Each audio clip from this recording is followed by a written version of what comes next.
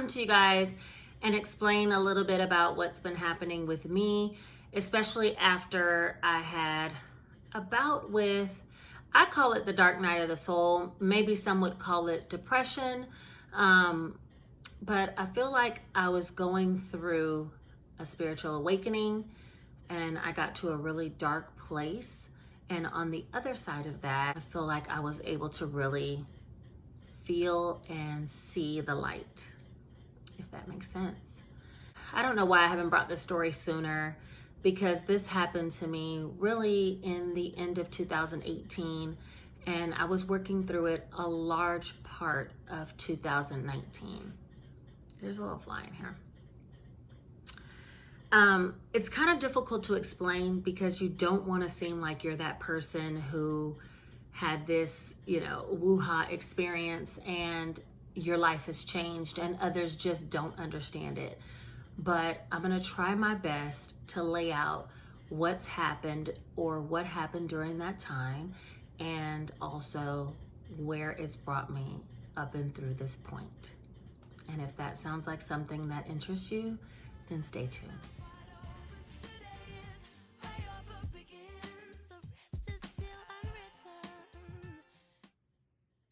So if you've been someone who's followed my channel for some time, then you know I typically bring law of attraction, manifestation stories, or I guess rules on how to use the law of attraction.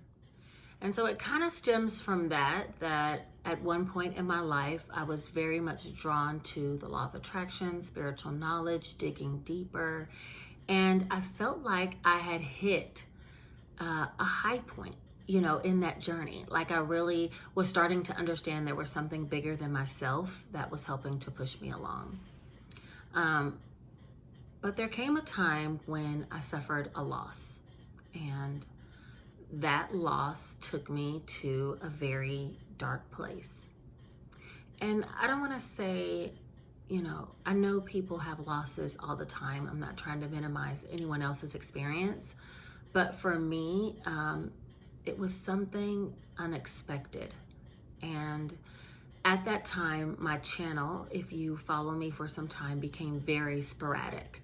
And it was because I was really trying to deal with the hurt and the pain behind the scenes and not really wanting to show that side of myself.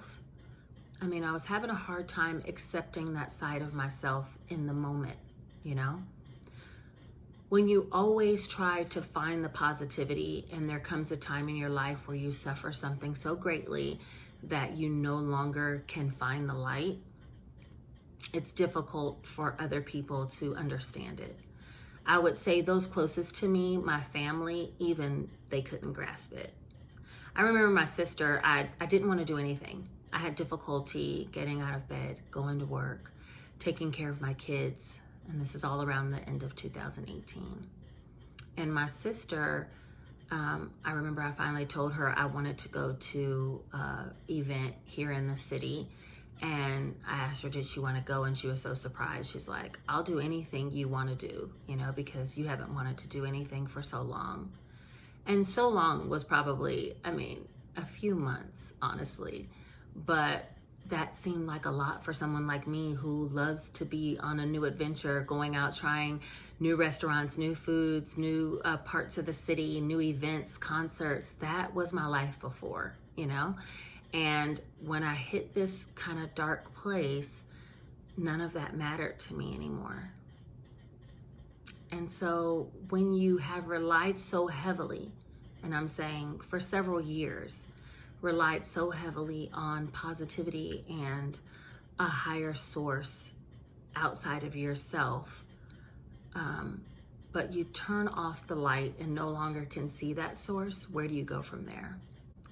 I had relied so much on me picking me up. Maybe somewhere in there it got lost that there was a more powerful source that was actually helping me to do those things. I was led. I ended up being led to a tarot card video. And I don't even remember which tarot card reader it was at that time. I've never been into tarot. I've always loved astrology. I'm gonna be honest with you. I'm a Scorpio. I like esoteric things. But I had never dug into like any type of tarot readings. And I happened to run across one and I watched it and it made me feel a little bit better. To dig myself out of the dark hole, I started going to meditation in the park. I started watching tarot card readings that were helping, not necessarily watching it for the predictive measures of tarot, but kind of to empower myself, to help myself realize that I'm a powerful person who possesses several qualities, that I can lean on those qualities even in these dark times and pull myself out of this loss. Yeah, I could do that. Time passed, and with time, I meditated, I prayed, I started attending, that's around the time when I attended the Sunday school at the Modern Mystic here in Atlanta. And I feel like I was just so thirsty for knowledge, which now I attribute to a serious step in my spiritual awakening, right? Because when I came out of that darkness on the other side, I was able to feel the light and see the light even so much more greatly than I was going into it. That leads me to the basis of this video. You know, I thought I wanted to discuss some of the things that had changed within me since having that spiritual awakening, since seeing things more clearly.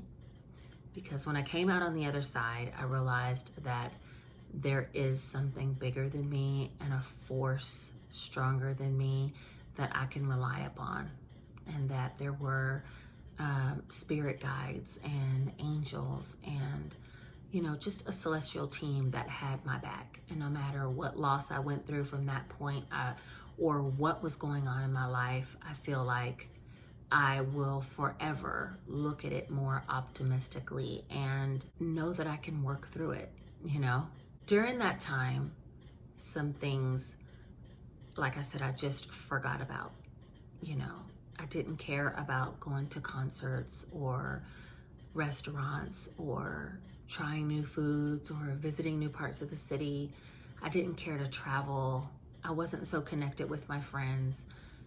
When I came out of all that, those feelings were still there. It's like I almost connected more to taking care of me than taking care of others. I connected more to taking care of me, you know, in whatever way that was, in ways that I had not even recognized before. One of the biggest changes that happened to me during that time, like I said, is I've always been an overweight person. It stems really from, I want to say, in elementary school I wasn't overweight, so I would say probably like middle school, high school, when I first started learning to cook for myself. And I would cook all the unhealthy things, and then I got a car and I started eating tons of fast food. And so I've always been the bigger girl. You know, I've always worn like a size 18, 20. And that's probably why so much confidence. If you were here in the very beginning of my channel, I did a lot of fashion hauls. And I had the confidence to come out in swimsuits or bra and panties. I mean, I actually probably could live in a nudist camp. You know what I mean? Like, super confident about my body because this is the only body I've known. You know, there's some people who have been thin their whole life and they gain weight and it really sends them for a loop. But for me, I've always kind of been this size, and I learned to just be confident and comfortable where I am. That allowed me to eat at restaurants and, you know, try new foods and indulge in desserts and just pretty much travel the world, taste new foods. That was my joy. But when I came out at the other side of that spiritual awakening, those things just weren't as important to me anymore. People still expected me when I came out of it to want to hit a restaurant with them, want to take a trip to go find new foods and, you know, taste this fancy dessert or whatever. But those things just weren't as important to me anymore.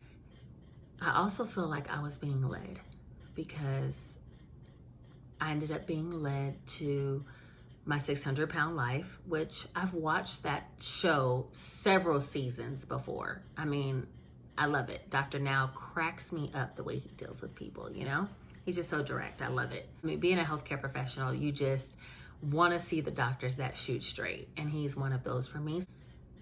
As I was watching these episodes and I would see the people, I never really took the time to see their emotional pain that was behind their eating, or connect the fact that your emotions have a lot to do with, your eating. And I feel like when I was kind of like going through that dark night of the soul or that spiritual awakening, it healed a lot of those emotional wounds. I had to do the work and figure out why this loss was so triggering to me and what it really represented, underneath all the layers. What did it represent for me? I figured out it wasn't just that loss, but it was, the fear of abandonment and just uncertainty in my past. As I healed those things through this dark night process of really meditating, finding something bigger than myself to lean on, prayer, meditation, pushing myself to do more, I also healed those wounds of the past. And I'm not saying everybody that overeats has that, but I was able to connect to those severely, morbidly obese people on my 600-pound life and their emotional pain.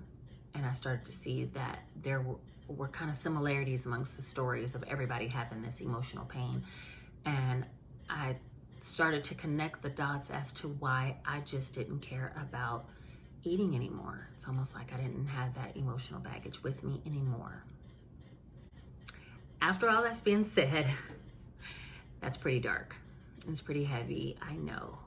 And but on the bright side, by the end of 2019, I had worked through any issues I had. And it took a whole year of kind of like taking 2 steps forward and maybe 1 step back, and then 4 steps forward and 1 step back, just to gain spiritual confidence that I was okay, and that I wouldn't return to that darkness even if there was another loss, but that I had truly grown stronger from that short dark period.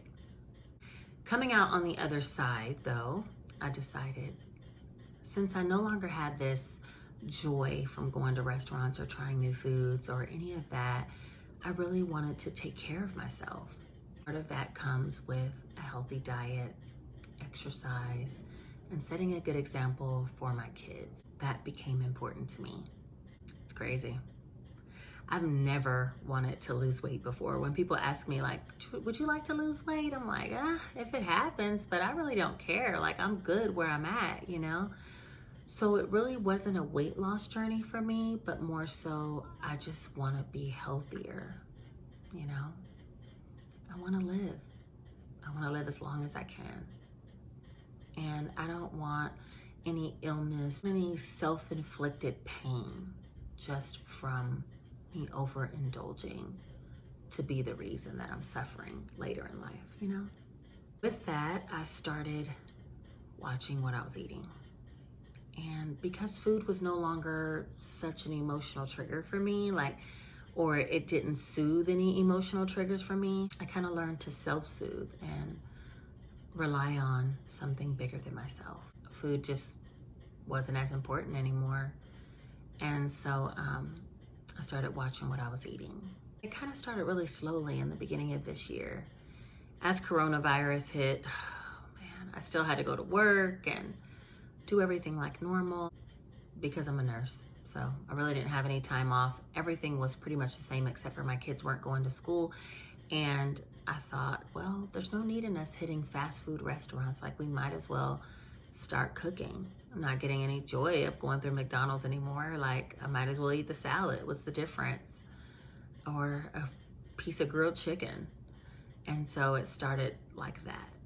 And then I started to be led to other channels that I felt were, how I lost weight, or what I eat in a day, or what I eat in a day on Weight Watchers. I loved the flexibility that I saw on the What I Eat in a Day on Weight Watchers. because everybody's videos were so different. Some people ate more processed foods. Some people ate more natural foods. Some people, like whole clean foods. Some people were more snackers. Some people were more large meal takers. And with that, I thought it would provide the flexibility that I wanted and still allow me to live healthy. I started Weight Watchers just 3 weeks ago. And at that point, I was already down about 14 pounds when I started, just from me watching what I ate on my own. I mean, I am a nurse. I know what's healthy and what's not healthy. I just started making more healthier choices, and I started walking. The foods are good, and I feel like it's giving me a chance to be kind to myself. I'm not restrictive in any strange way, and so I'm enjoying the journey. I don't know that it's gonna be a fast race for me. Slow and steady is how I'm gonna do it. I don't wanna have to throw that type of content on you, my subscribers, because I have been making more spiritual content. I thought I would blend in some of my healthy eating habits, some exercise videos, more vlog style videos, and maybe even get into a few hauls. It's made me feel like, I think the spiritual awakening made me feel like this is my journey. And I have to do the things that make me happiest. I'm just trying to learn to love me more. Hence the reason why my hair is like this. I got a full-blown fro, folks, and I'm just accepting it. I do want to say also, coming into 2020, which has been, a right hook and then a left, I was able to deal with it so much better than if I hadn't gone through those struggles and that period in 2018-19. I am grateful for that. On the other side of all this, you find the light and things to be grateful for. And that's one of them for me. I feel like I have like a shield, like a superhero shield around me. You just can't penetrate it. My force field is strong at this point. It's like there's a part of me that loves sharing my life in hopes that it helps somebody else, because in those times when I was in my darkest hour, I looked on YouTube to find ways to pull myself out of it. And when I decided I wanted to be healthier, guess where I turned? Right back here to YouTube. So maybe some content that I have can help someone else in the same way that others have helped me. If you like this video, don't forget to like, comment, and subscribe. It's been such an up and down journey with my uploading of videos that anybody that's still subscribed to this channel, I appreciate you. I appreciate you for still watching and hanging in there with me. As my life changes direction and my channel changes directions, you've hung in there, and I appreciate it. So anyway, I hope you guys are having a great Sunday. Take care.